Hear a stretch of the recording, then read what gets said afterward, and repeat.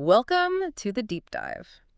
Now, when you think about international borders, especially somewhere like Southeast Asia, it's pretty easy for your mind to jump to images of maybe historical disputes, perhaps even active conflicts. Yeah, that's a common picture. But today, we're actually going to challenge that assumption a bit.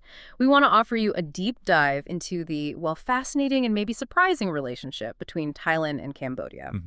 Our mission here is simple: cut through any noise, any preconceived ideas, and give you a really crisp, thorough understanding of where things genuinely stand between these two nations. And we're drawing this directly from the sources we've carefully pulled together for you. Right. And look, for anyone out there picturing, dug-in battlefields right now, here's the spoiler right up front. As of July 2025, there is no official war. No. Instead, what we're going to uncover is this really rich, complex history of tension that actually, through a lot of persistent effort, has led to a present that's much more focused on peace. Okay, so let's unpack this. Yeah, and what's truly fascinating here, I think, is watching how this really deep history of intense disputes, fueled by borderlines that were never quite settled, strong nationalist feelings on both sides, and these incredibly important cultural sites like the Preah Vihear temple, how all that is sort of transformed. Right. It's shifted into the state of, well, mostly diplomatic engagement and cooperation we see today. It's quite a journey, actually. It really is. From those military standoffs that used to grab headlines to, productive talks happening around diplomatic tables, it really gives you a powerful case study in how international relations evolve, just how complex and dynamic these things can be. And what a complex journey it has been. I mean, when you dig into the historical friction between Thailand and Cambodia, there's one name that just keeps coming up as this central symbolic flashpoint. The Preah Vihear temple. Absolutely. It's not just like old stones. It's this magnificent Khmer temple perched really dramatically on a cliff edge, literally right on what is an internationally disputed border. Its location alone just made it this constant sort of tangible point of contention for decades. Indeed. That striking position made it a perfect symbol for their unresolved territorial claims. Now, the legal background for this specific dispute, it actually goes back quite a way to 1962. Okay. That's when the International Court of Justice, the ICJ, basically the UN's top court, gave a landmark ruling. Right. And this ruling explicitly awarded the temple structure itself to Cambodia. Now, you'd think, okay, a judgment from the highest international court, that should settle it. You'd think so, yeah. But the ICJ's ruling, while it was clear on the temple building, it specifically kind of sidestepped, fully drawing the precise borderline in the land around the temple. Ah, okay. So the building, yes, but the land nearby. Exactly. It created this sort of legal gray area. It allowed both sides to interpret the ruling in ways that still supported their bigger territorial claims, leaving the whole question of the adjacent land really contentious. And it was that ambiguity, wasn't it, coupled with just how important that site is culturally, that really set things off again later. And here's where it gets really insightful, I think. The tensions flared up massively in 2008. That's the key year. This was when UNESCO, the UN's cultural body, officially listed Preah Vihear as a World Heritage Site.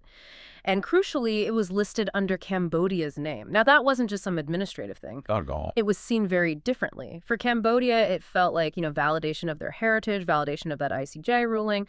But for many in Thailand, it felt like it was basically endorsing Cambodia's wider claims to the area, and it just reignited these deep nationalist feelings. You saw big protests, media campaigns, really putting pressure on their government to take a harder line. That's precisely it. Yeah. That UNESCO listing in 2008, it didn't just cause diplomatic rows.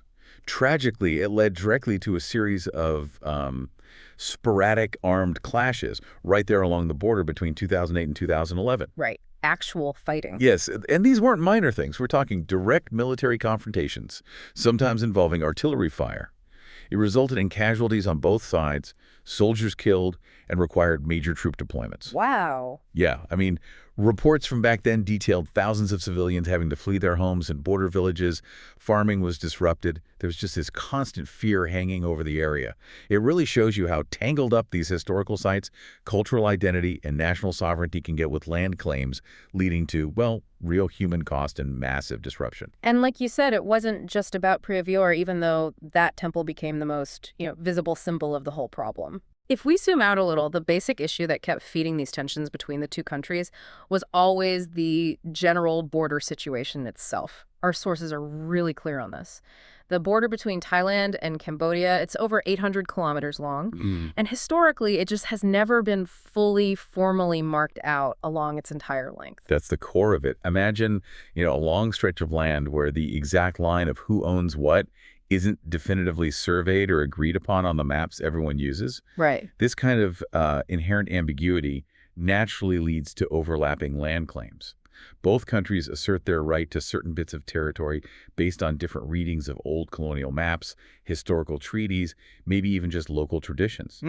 So this creates this really complex patchwork of claims, not just around the temple, but along rivers, in forested areas, maybe over places with potential resources. So it wasn't just one iconic temple causing all the friction, but a much bigger sort of unresolved border puzzle stretching for miles and miles. Yeah. And these overlapping claims, as you said, historically led to wider military standoffs too. It wasn't unusual to see troops building up in different areas along the border, far from Preah. That happened quite a bit. And naturally, in that kind of situation, you had both sides, sometimes accusing each other of encroachment, of provocations. Every little accusation, every perceived step over an unmarked line, maybe a patrol wandering off course, or a new village popping up in a disputed zone, it just added another layer to an already really difficult, sensitive relationship. Yeah. It honestly sounds like a recipe for just constant conflict, doesn't it? Almost like a cycle of mistrust they couldn't break. It certainly could seem that way. And look, for a long time, it really felt like that was the reality. Okay. But, and this is crucial for you listening to grasp, despite this long, often really volatile history, the story has actually shifted quite significantly, especially in the last few years. If we look specifically at the 2020s, there's been a really noticeable and, frankly, quite positive development in how they relate to each other. The focus has definitely moved away from confrontation towards de-escalation and cooperation. That feels like a huge shift. After decades of such deep tension, even those armed clashes we talked about, how did they manage that? How did they pull back from that brink and move towards something more, constructive and peaceful? What were the actual mechanisms they used to get this improvement? Well, the main tool really has been consistent, high-level diplomatic talks. Just talking. Well, yes, but sustained talking. Okay. Both governments have kept up this often quite quiet dialogue through different channels. They recognize that direct, ongoing communication is absolutely vital to stop misunderstandings from spiraling. Oh. And these aren't just, one-off meetings. We're talking about regular joint boundary commissions, meetings between ministers, even military-to-military talks specifically designed to manage potential flashpoints before they flare up. Right. Makes sense. And beyond just talking, they've also started working on joint economic projects. Now, this is a particularly clever approach, I think. How so? Because it creates real, tangible, shared interests. It gives both sides mutual benefits, which makes cooperation just inherently more attractive than fighting. For instance, they've made agreements to improve cross-border trade routes. They're working towards joint tourism ideas around sites near some of those disputed areas. Oh, interesting. And even discussing shared infrastructure development. I mean, when both sides have a clear economic stake in seeing those border regions prosper, the incentive to keep the peace gets much, much stronger. So it's not just about stopping the fighting, it's about actually building something positive together in those areas. Precisely. And maybe most critically, you really can't overstate the role of ASEAN cooperation here. Ah, the regional body. Yes, the Association of Southeast Asian Nations. It provides this vital kind of multilateral framework for stability in the region. ASEAN really encourages member states to sort out their disputes peacefully, using established protocols and thinking about collective security. Okay. Creates a space for dialogue. It helps with mediation. Indonesia, for example, played a really big part in mediating between Thailand and Cambodia during the peak tensions. Right. I remember that. And it just applies this sort of subtle diplomatic pressure to de-escalate.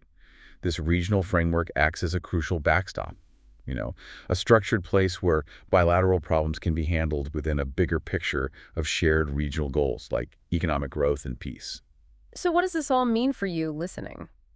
Well, it means you're seeing a powerful, real-world example of how international frameworks combined with just persistent, sometimes really painstaking diplomacy can genuinely shift long-standing tensions, even ones that are really deeply rooted in historical grievances and national pride. Absolutely. And this commitment to diplomatic channels, to these cooperative projects, it's actually yielded real results.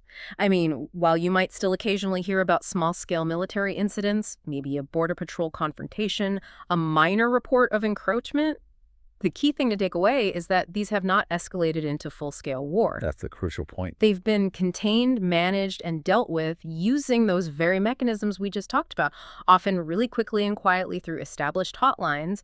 And that's a huge testament to how effective these sustained efforts are, and it shows a deliberate choice by both countries to prioritize stability over conflict. Precisely. And that brings us right up to today, to July 2025. The core finding, and it's clear and unambiguous from all the sources we've looked at, is that right now there is no active military conflict or declared war between Thailand and Cambodia. Okay, bottom line, no war. No war. And this isn't just, a lucky absence of fighting. It reflects a deliberate official stance and consistent actions from both governments. They are demonstrably deeply committed to resolving disputes peacefully. And this commitment, it isn't just some internal policy note. It operates very much under that strong framework of ASEAN we mentioned, and also within the broader principles of international law. It really signifies, I think, a maturing in their relationship. They're moving past reacting to every little thing towards a more proactive, structured way of engaging. Yeah. It just highlights the power of sticking with diplomatic efforts, even after decades and decades of friction. And if we connect that to the bigger picture, what it really highlights is the remarkable ability of nations to sort of evolve how they deal with historical baggage, finding common ground, finding shared interests that, in the end, outweigh those divisive forces from the past. It's a powerful example of diplomacy actually working, showing that even really complex, really sensitive disputes can be managed and de-escalated if the effort is there. Well said.